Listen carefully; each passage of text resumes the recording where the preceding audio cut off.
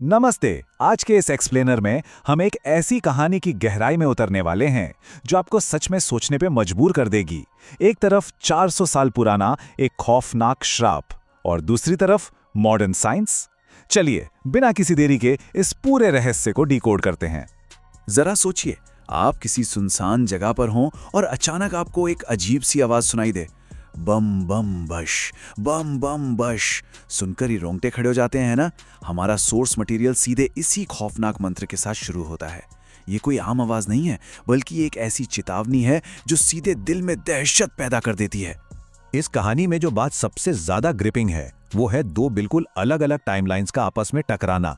एक तरफ है सदियों पुराना वो गहरा अंधविश्वास और दूसरी तरफ आज के जमाने का लॉजिक और साइंस। ये दोनों चीजें जब मिलती है ना तो कहानी एक अलग ही लेवल पर चली जाती है। पार्ट 1, निशिर मोलो का आतंक, बेरमपुर गांव का प्राचीन खौफ। अब ये कहानी हमें ले जाती है आज से ठीक 400 साल पीछे, मध्य प्रदेश के एक गांव में जिसका नाम है बेरमपुर। इस गांव का सबसे डरावना राज है निशिर मोलो। अब आप सोचेंगे कि ये निशिर मोलो आखिर हैं क्या भला, तो सुनिए। ये 4 बहुत ही खौफनाक श्रापित आदमी हैं। इनकी आंखें लाल अंगारे जैसी चमकती हैं। ये हर शनिवार की रात अपने कंधों पर एक भारी ताबूत उठाकर निकलते हैं और अपना वो जानलेवा मंत्र पढ़ते हैं। और सबसे खतरनाक बात, जो भी इन ताबूत ले जाने वालों को देख लेता है वो जिंदा वापस नहीं लौटता। इस श्राप का खौफ कितना असली है, इसका अंदाजा आप मदन की कहानी से लगा सकते हैं। मदन के पिता ने उसे बहुत समझाया, सख्त चेतावनी दी, लेकिन वो नहीं माना और रात में घर से निकल गया। रास्ते में वही भारी कदमों की आहट और वही डरावना मंत्र। उसने झाड़ियों में छिपने की बहुत कोशिश की, लेकिन कोई फायदा नहीं हुआ। अगली सुबह एक बरगद के पेड़ के पास उसकी लाश मिली और उसके चेहरे पर जो मौत का खौफ था वो किसी की भी रूह कंपा दे। ये कोई मजाक नहीं था, ये उस श्राप का एक क्रूर सच था। पार्ट 2, मृत्युंजय, अमृत की खोज, दिल्ली, आधुनिक विज्ञान और प्राचीन लोक कथा। अब कहानी एकदम से शिफ्ट होती है आज के समय में और हमारी मुलाकात होती है 2 रिसर्चर्स से, मेघना और इशिता। राइटर ने यहाँ क्या शानदार कॉन्ट्रास्ट क्रिएट किया है। एक तरफ है वो 400 साल पुराना कोहरे और अंधविश्वास में डूबा हुआ बेरमपुर का जंगल, जहां कदम कदम पर डर है, और दूसरी तरफ है दिल्ली की एक चमचमाती फास्ट पेस्ड मॉडर्न लैब, जहां हर चीज लॉजिक, एक्सपेरिमेंट और फैक्ट्स पर चलती है। एकदम अलग दुनिया। तो आखिर इन 2 अलग अलग दुनियाओं को कौन सी चीज जोड़ रही है? वो है मृत्युंजय अमृत। पुरानी दंत कथाओं की माने तो ये एक रहस्यमय हरे रंग का जीवन देने वाला अमृत है जो पूर्णिमा की रात को एक खास पेड़ से टपकता है। इशिता इसी अमृत को ढूंढना चाहती है। यही वो एक चीज है जिसने इन मॉडर्न रिसर्चर्स को इस नामुमकिन सी लगने वाली खोज पर जाने के लिए मजबूर कर दिया है। लेकिन रुकिए, कहानी में एक साइकोलॉजिकल ट्विस्ट भी है। मेघना को लगातार बहुत ही अजीब और डरावने सपने आ रहे हैं। एक बहुत बड़ा भयानक सा पक्षी उसका पीछा कर रहा है और उसे बिल्कुल वही पेड़ दिखाई दे रहा है जिससे हरा लिक्विड टपक रहा है, बिल्कुल वैसा ही जैसा इशिता की पुरानी किताब में बना है। ये सपना कोई इत्तेफाक नहीं लगता, बल्कि ये मेघना को सीधे उस प्राचीन लोक कथा से जोड़ देता है। पार्ट 3, बेरमपुर गांव में प्रवेश, घुसपैठ की शुरुआत। अब अपनी इसी जिज्ञासा और प्रोफेसर की सख्त डेडलाइन के चलते सिर्फ 5 घंटे के बस के सफर के बाद दोनों लड़कियां फाइनली पहुंच जाती हैं बेरमपुर के उस विशाल गेट पर। और पता है, वहां पहुंचते ही हवा में एक अजीब सा भारीपन, एक भयानक सा बदलाव महसूस होने लगता है। अब सवाल ये था कि वो अंदर कैसे जाएं? तो उन्होंने लगाया एक बहुत ही चालाकी भरा जुगाड़, एक 3 स्टेप प्लान। स्टेप 1, उन्होंने गांव वालों से झूठ बोला कि वो 5 गांवों पर कुछ एकेडमिक रिसर्च करने आई हैं। स्टेप 2, उन्होंने अपनी मीठी बातों से गांव के मुखिया का भरोसा जीत लिया ताकि रुकने का ठिकाना मिल जाए।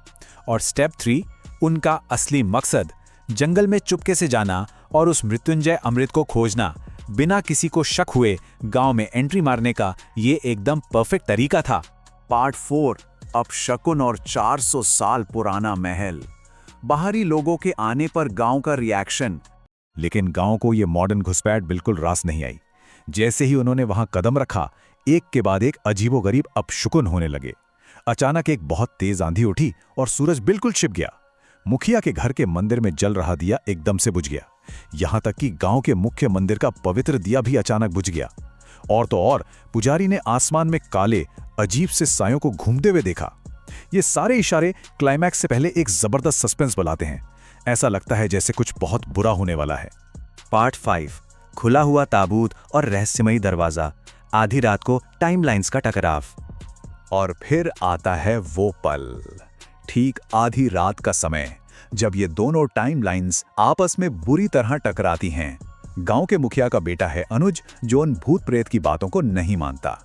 उसकी मदद से ये दोनों लड़कियां राजा सूरजभान के 400 साल पुराने महल में एक जैम हो चुकी खिड़की से चुपके से घुस जाती हैं।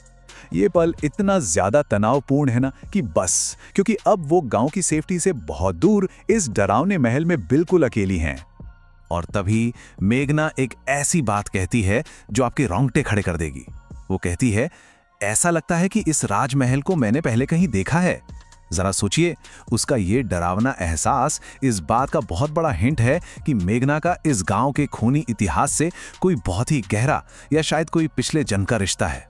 अब कहानी एक साथ दो अलग अलग लोकेशंस पर अपने खौफनाक क्लाइमैक्स पर पहुंचती है। पहली तरफ महल के अंदर भारी कदमों की गूंज सुनाई देती है और एक रहस्यमयी दरवाजा जोर से झटके से खुल जाता है। वहां कोई अनदेखी सी ताकत है जो उन अंधेरे गलियारों में घूम रही है। दूसरी तरफ जंगल के किनारे जुआ खेल रहे संपत और कप्ता के सामने साक्षात निशिर-मोलो प्रकट हो जाते हैं और वो शापित ताबूत अचानक झटके से खुल जाता है। दोनों ही जगह हमारे किरदार बहुत ही बुरी तरह फंस चुके हैं।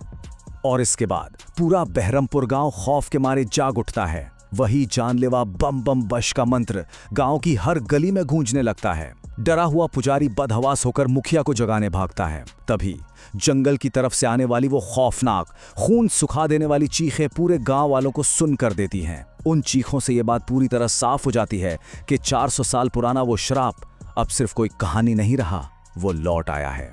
तो अंत में ये एक्सप्लेनर हमें कुछ बहुत ही गहरे और बेचैन करने वाले सवालों के साथ छोड़ देता है।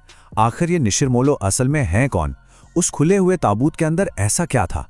और सबसे बड़ा सवाल, मेघना का इस 400 साल पुराने श्राप से क्या और कैसा कनेक्शन है? ये सारे अनसुलझे सवाल हमें ये सोचने पर मजबूर कर देते हैं कि बहरमपुर के उस घने अंधेरे में आगे और क्या-क्या छिपा है।